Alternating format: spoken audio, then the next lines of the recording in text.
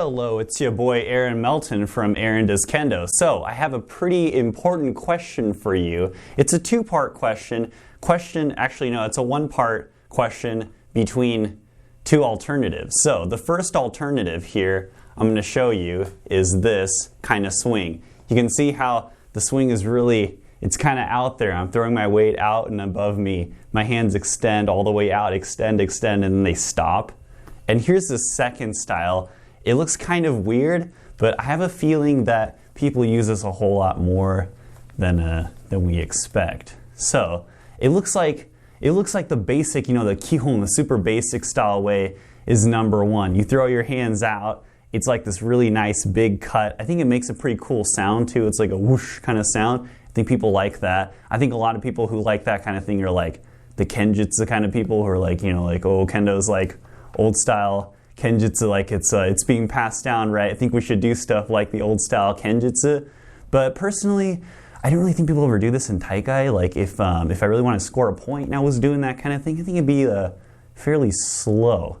I think also it's almost like I'm throwing my weight down into the target. I mean, in Kendo, whenever we hit a target, if someone's literally throwing their weight down into a target and they don't stop their shinai at the right point, it's going to be kind of painful, right, as it goes down and it hits the ground, you know what I'm saying? So, my thoughts are that, when I start watching like more experienced people strike a target, they usually hit through the target and then their shinai just kind of naturally bounces up even if the target isn't there. So if the target's here, it would miss and then bounce straight forward anyway. I think in order to get that kind of mechanic, then you'd want to do this style number two, where you basically throw the weight of your shinai forward and out. And I'm pretty sure, like old school kenjutsu was like a little better than shinai kendo kind of people would look at that and they think it looks kind of, it doesn't look like a sword. And I think in certain ways this isn't a sword, right? It's a stick. It's a bamboo stick that bounces off of stuff. You know what I'm talking about?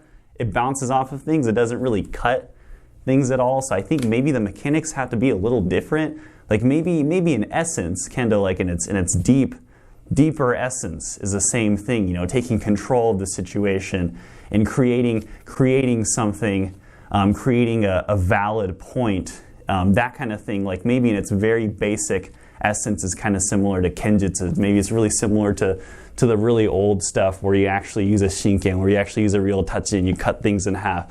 But when I think about it physically, this is a stick and it's straight, and it doesn't really look like a metal sword. It doesn't really cut things. So I think I kind of like both ideas. Like I like the idea of, well, let's practice and let's have like the essence and the heart of kendo as using a sword, and let's cut things. Let's use the word cut instead of hit or strike. But on the other hand, I think if we're trying to cut things with a stick, I think there's certain things that are missing. It's kind of like we're not putting into account the reality that this is like a bendy stick that shinaru. My Japanese writing skills and reading comprehension are like really bad, but I'm pretty sure shinaru means to bend. Is that bends when you hit a target. I'm pretty sure metal blade won't be like bending in the direction that this thing does. So that's why I think it's nice to maybe consider option number two, this option right here is actually something that's worthwhile practicing. So at one point I decided to try out both and make them two completely different swings, or in my mind at least. I know there's stuff in between, obviously. It's not like these are the only two types of swinging that there is. Obviously these are like big, like real Furikaburi swings that we're talking about here. But I think that option number one is usually used in suburi. And I understand like why suburi is really good. It does strengthen us, and I think it does teach us a lot more than just stuff that we understand, with our mind. What do you call those? Like higher level thinking of like I'm cutting. Like there's a lot of stuff that we can learn from suburi. But I think there's certain things that we can't learn from just this style of basic suburi alone. I think if we actually practice number two. This number two style over here, I think we're going to learn certain things about how we can move the shinai. Like maybe not any kind of sword, but maybe shinai in general has kind of its own special mechanics that we can put into account and make them work a little bit better, maybe in a taikai situation. I know that when I'm trying to do really small men-uchi, and I'm not talking like just hyper, like super small, like make your shinai, make the kensaki go like 1 inch above the target and hit type of men-uchi. But even men-uchi where you do kind of like a partial furikaburi that comes up to about here and you strike like that. I think when I do that, I don't use the same mechanics, or I don't take this style number 1 here and I just cut a lot of it out and I just put number 2. And I just leave a little piece of number 1 on there. I'll show you what I see that is looking like. I see that as just me bringing my hands up and then immediately pushing down with my hands in a downward movement and just stopping my hands there. I think whenever I do that and I strike a target after that, my hands come up, they hit the target, and then this thing happens where my hands drop lower because the tip of the sword is stopped by the top of the target. I think you would have to see that to understand. So look at this right here. Look at this thing that I put here. You see that? You see how it's like my hands kind of drop down? I kind of see that, and honestly, like to me, that just doesn't feel like yuko datotsu. It doesn't. It looks almost like I didn't expect an object to be there, and I just kind of my shinai just kind of went down and hit the target. I mean, this is an exaggeration, right? That I'm showing right here. It's not like literally.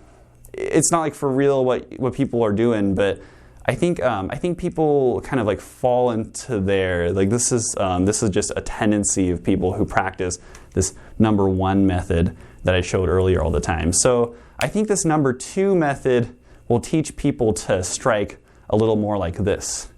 You see how the movement of the shinai just kind of pops up. It's like snappier, it's quicker, and if you miss, you see how if I miss, the shinai just pops up anyway. I think that's kind of nice because then my hands are out of the way and they can't take control of my hands or use my hands. I think you guys have probably been in that situation where you strike, men-uchi, and you miss, and your hands are out here, and oftentimes people notice, oh, hands are really close to me, I'm just going to hit the shinai out of the way, and that kind of thing happens all the time. I think that's one of the reasons why a lot of people, when they strike men-uchi, they bring their hands up really high. I don't think there's like some like, oh, they're doing it because they don't, I don't know, like they're, like, you know what I mean? Like, I think there's a reason why people do that. I think there's a reason why they bring their hands away from the person they're fighting, because they don't want them to use their hands and like leverage them off to the side that way. So yeah, I think if we take a look at option number 2 and like literally practice that as suburi over and over, it's pretty beneficial. I know I have, like literally, I usually don't do this at my dojo because I think people kind of see that. I don't want to make people assume that this is a standard thing that people always teach. But at home, I like to do this like maybe half the time. I think it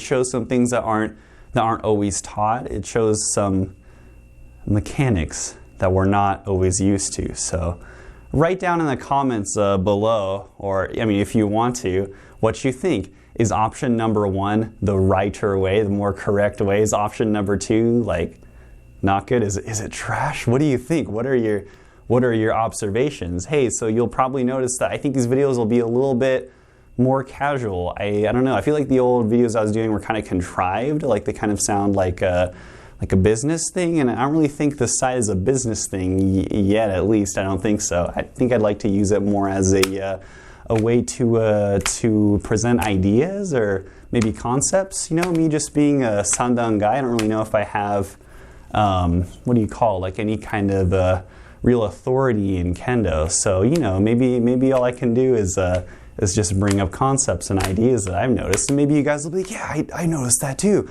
I noticed this option number 2. Actually, people actually practice this all the time. Maybe this stuff's all obvious though. Yeah, maybe you guys are like Kendo masters, and this is all old stuff. Yeah, who knows? But like and subscribe.